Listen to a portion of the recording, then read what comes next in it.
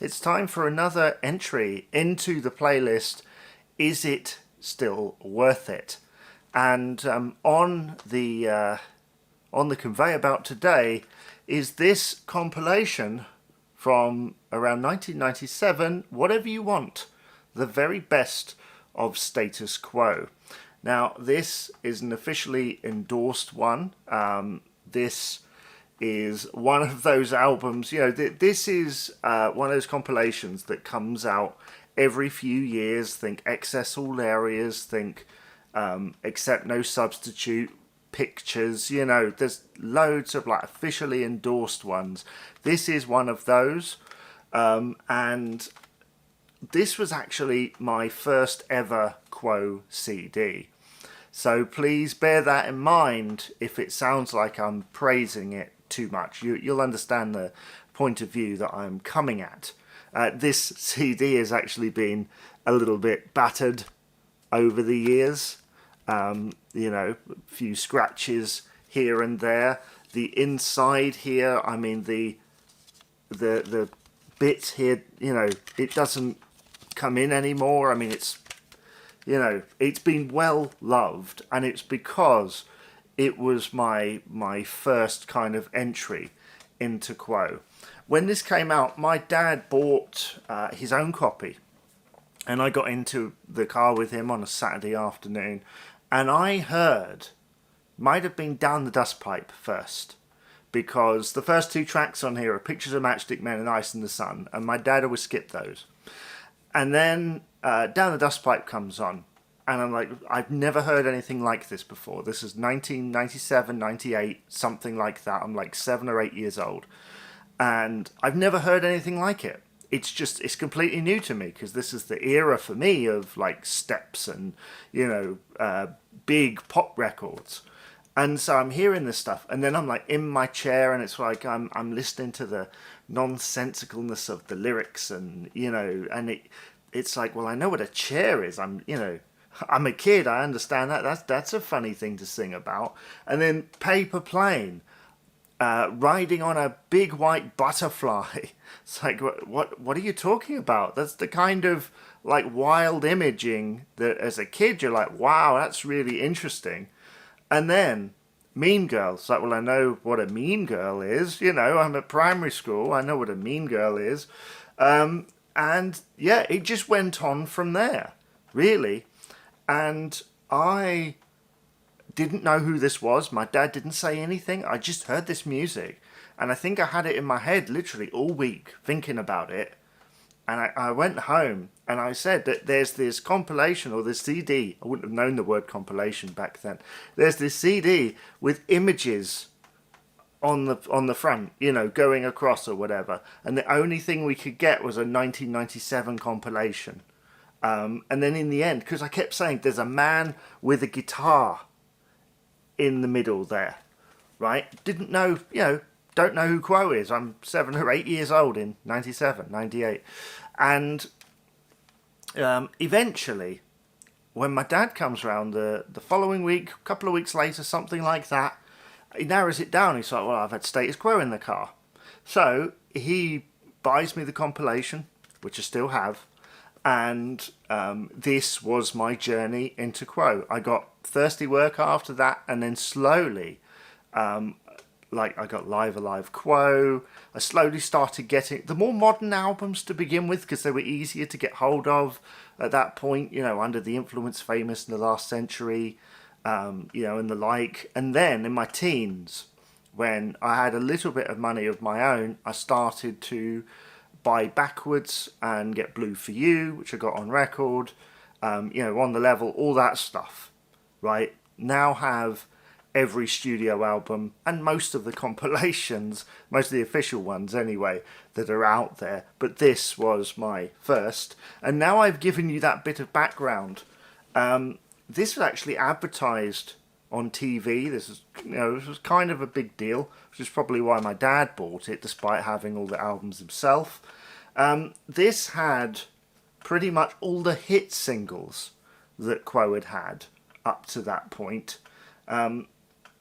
Maybe a couple are missing. I can't quite remember, but I think, yeah, a couple are missing.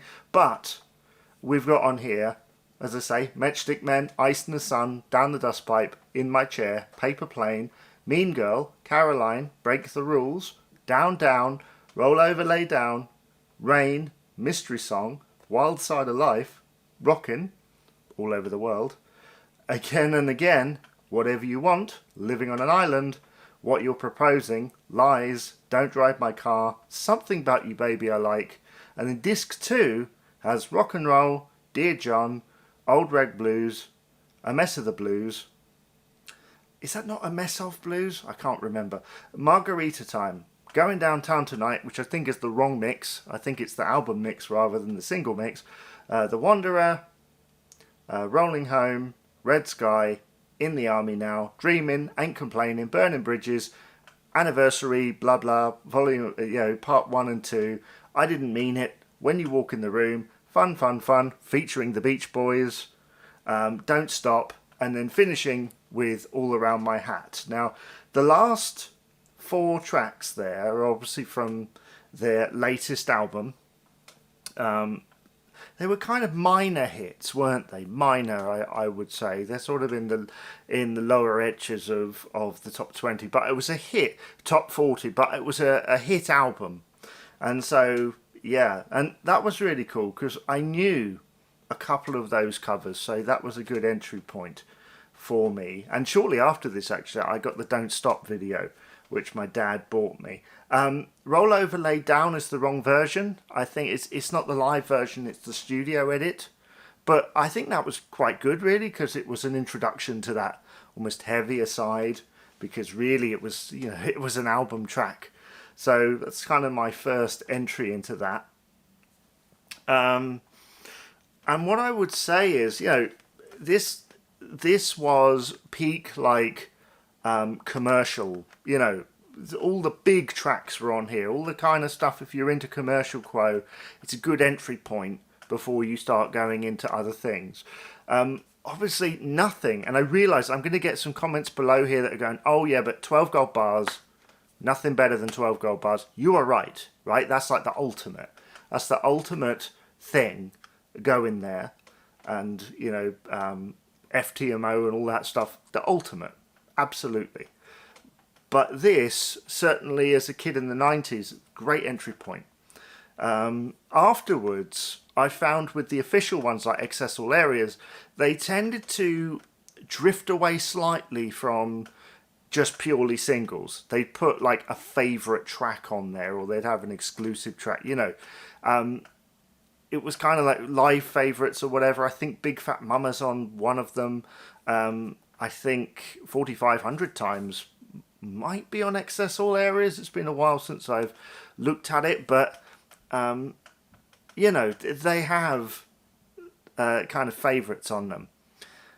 Pictures was probably the most thorough that I'd ever seen, because they did that 4-disc like picture edition with literally all the singles, even the Man United ones, which was great. It was great to hear some of those lesser known singles. Accident Prone was on there. Obviously, things like Accident Prone, those lower, those kind of flops are not present here, but they would have been trying to fit onto a 2 CD.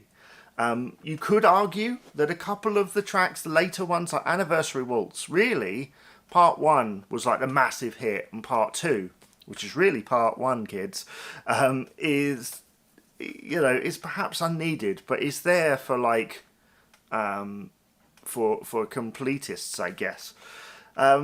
You could take a couple of those off, the later ones, and then fit some of the earlier singles on, but, this is what it is. This is what it is, and I would say if you're looking at compilations, there are others that do it better, possibly from a more completist standpoint, real completist standpoint. But this, which has also been released as gold, Status Quo Gold, in other times, I would say this compilation is possibly one of the better ones that has been there. There's ones that better it, but I'd say for introducing a new Quo fan, someone who doesn't know the band, and I know there's going to be someone who's going to say, oh, you introduce them to album tracks. And it's like, but when they release singles, they're releasing out into a market, and sometimes like they're trying to compete with everything else, and so that's kind of what the label thought would compete. And yes, I agree, album tracks are they are like the deep cuts for Quo, and it's like the solid gold that's in there. But sometimes you need a gate that brings you in before you get to that solid gold. It might even make you appreciate it even more. You hear something like, I don't know, Rolling Home, and then you hear, say, the 70s composition of a similar name, and it leads you in. It leads you in. So I would say, yeah, this is still worth it. If you've got a friend who doesn't know who Quo are, I mean, obviously there's 25, 26 years missing from this now, but I'd say that sort of peak Quo period, wherever that might be, 70s, 80s, 90s, whatever floats your boat, then this has a great selection from each, all of them, really. So yeah, I'd say this is still worth it, especially for completists. I'm sure you can pick this up very cheaply. I've never replaced it because I have all the albums and all the tracks that are on here. And like I say, this is completely worn thin. Got to pick that up now. So is this still worth it for you? Do let me know in the comments below.